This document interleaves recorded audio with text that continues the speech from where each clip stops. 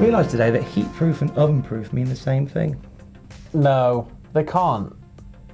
Apparently. Heat-proof and oven-proof. Heat-proof and oven-proof. Same way that flammable and inflammable. Yeah, but no, because heat-proof could mean anything. Heat-proof could mean like it can withstand heat up to 9 million degrees. In an oven. But you can't get an oven up to 9 million degrees. Mine does. The oven would burn.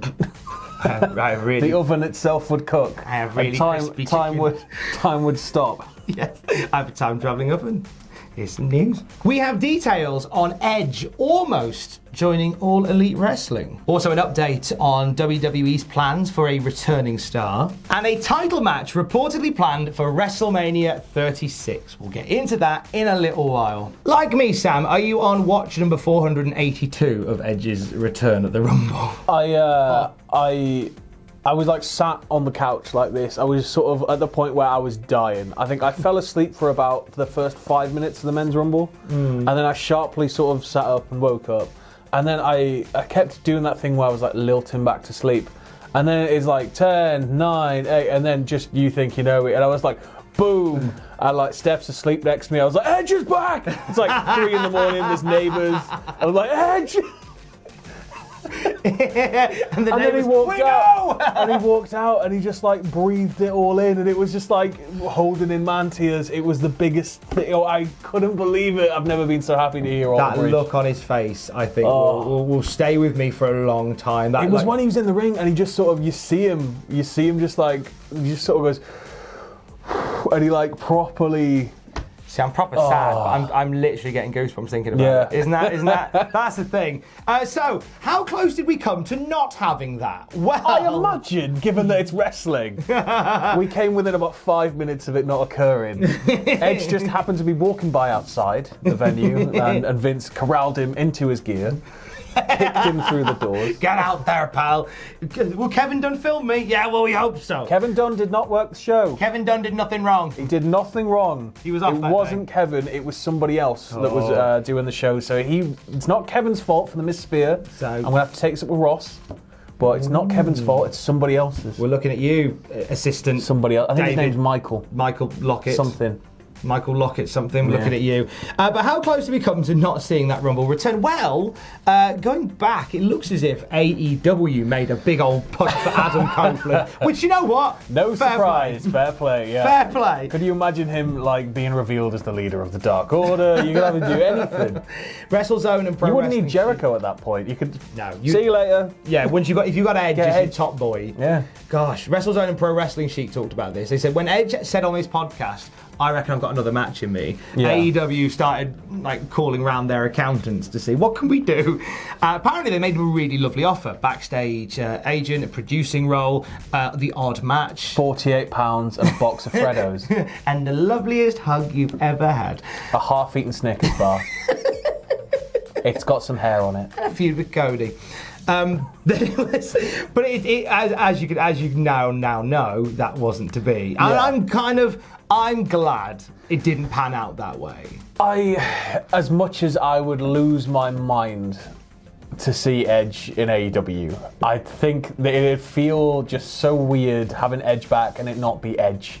Having it be whatever he would be called, whether he would just go by Adam Copeland it's one of those weird things where it's like I would love to see it, but at the same time I'm so happy we didn't see it. I'm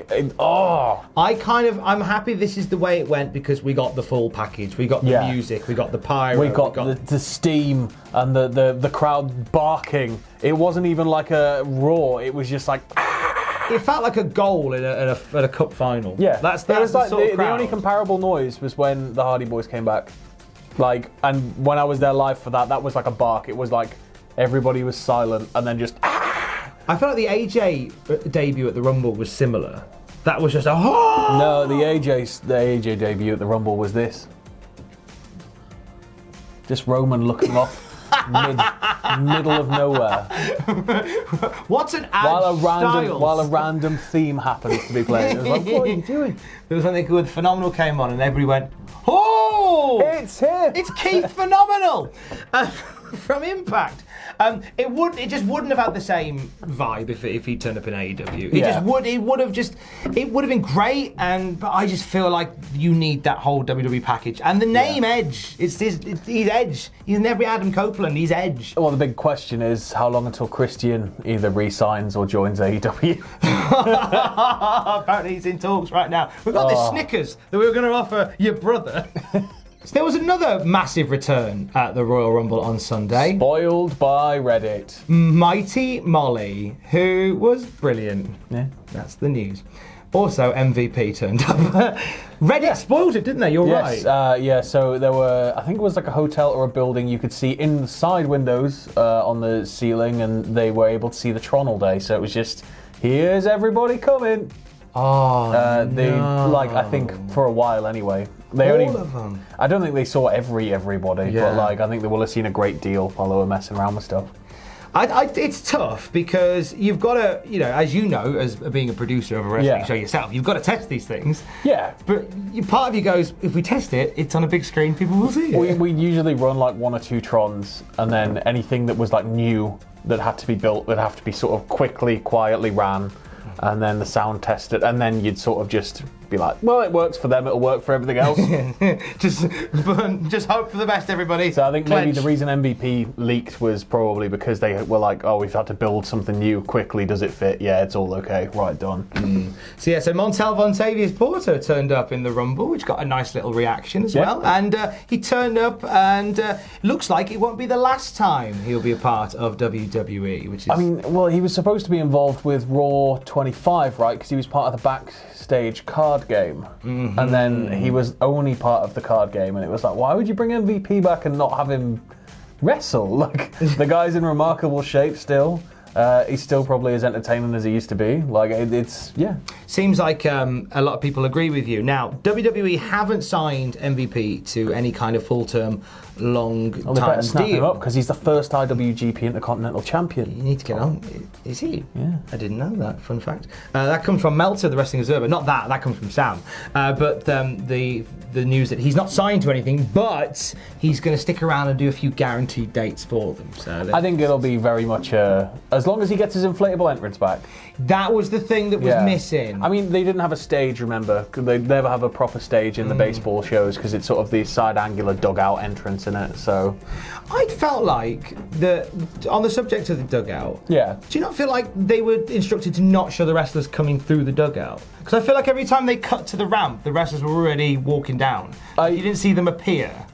No, you sort of saw them at the top, and that's sort of all you need to see. You wouldn't show them walking through the curtain unless it was a very big deal. I suppose. I don't see the point. And as well, at that point, you weren't going to walk through the dugout. You've shown very clearly, this is a baseball stadium. I quite like Here's that. all the baseball logos. Here's all the people getting free sponsorship. And it's like...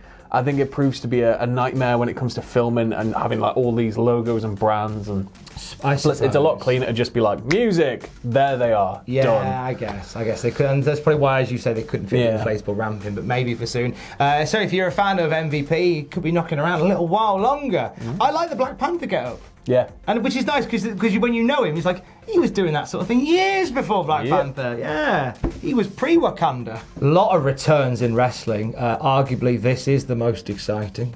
Shut up, don't even at me. Sean Mooney. WWF Event Center. Back in the day, has joined NWA Power.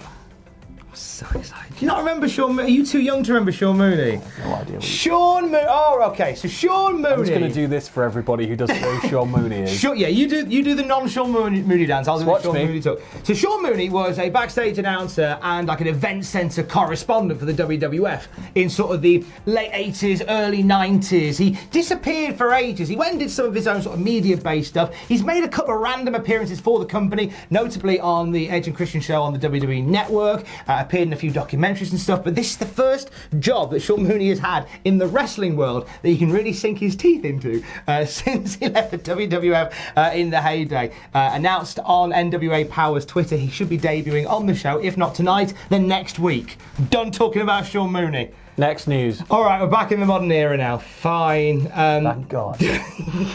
So we now know, as of Monday Night Raw, one of the first matches for WrestleMania 36, there is rumour and innuendo of another that hasn't been announced yet. Okay. And it's, of course, Becky Lynch versus Shayna Baszler. Okay. For the Raw Women's Championship. I like that, as long as it's, they could have just been Becky versus Charlotte. It could have just been like they sort of fall back on a lot of familiar booking. So to put Shayna into that position, I would really like that. So this was kind of the scuttlebutt for a while, and the plan was that Shayna Baszler was going to win the Women's Royal Rumble on Sunday, and also the plan was for Roman to win the men's, to both set up matches for WrestleMania. But in the 11th hour, they kind of looked at their plans for WrestleMania and went, well, we can still achieve A and B without having to do these two winning the Rumble. Yeah, it's like when somebody's so over they don't need a title. Exactly, yeah. Like they can if they wanted to do, which was the plan for a while, they wanted to do Roman Reigns versus The Fiend at WrestleMania. Yeah. Roman doesn't need to win the Rumble. Well, he doesn't need the rub from the Rumble because he's already won the Rumble and he got booed horribly for it. So just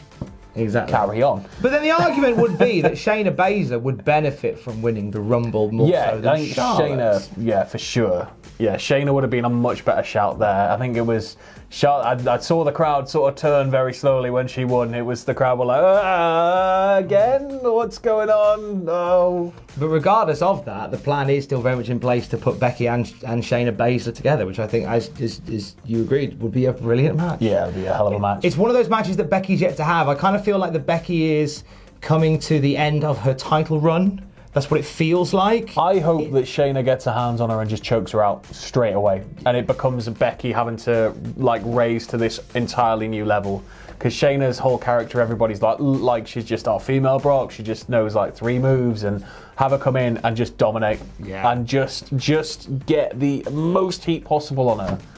Because I think that's what Becky needs. She needs to really come back and beat a big bad guy. You can have a match at WrestleMania, and it's brave to do. You could have a match where Baszler, remember Brock Lesnar and John Cena at SummerSlam? Yeah. Where Cena didn't get a move in. Yeah.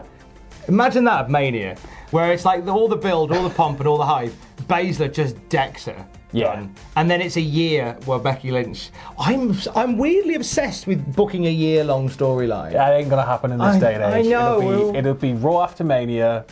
You'll see the opening shot will be Becky with a book about like weird, crazy fighting skills for dummies, and then in the main event, she'll go out there and roundhouse her in the face and win. And because we book from hour to hour now. We do indeed, we do. But hey, we'll see what happens. Either way, that'll be a fun little match for WrestleMania, and you have yourself a fun little Tuesday. Hey, thanks for watching. Don't forget to leave a comment in the comment section down below. You can support us on Patreon by going to patreon.com/Cultaholic. Lastly, don't forget to hit subscribe and join us.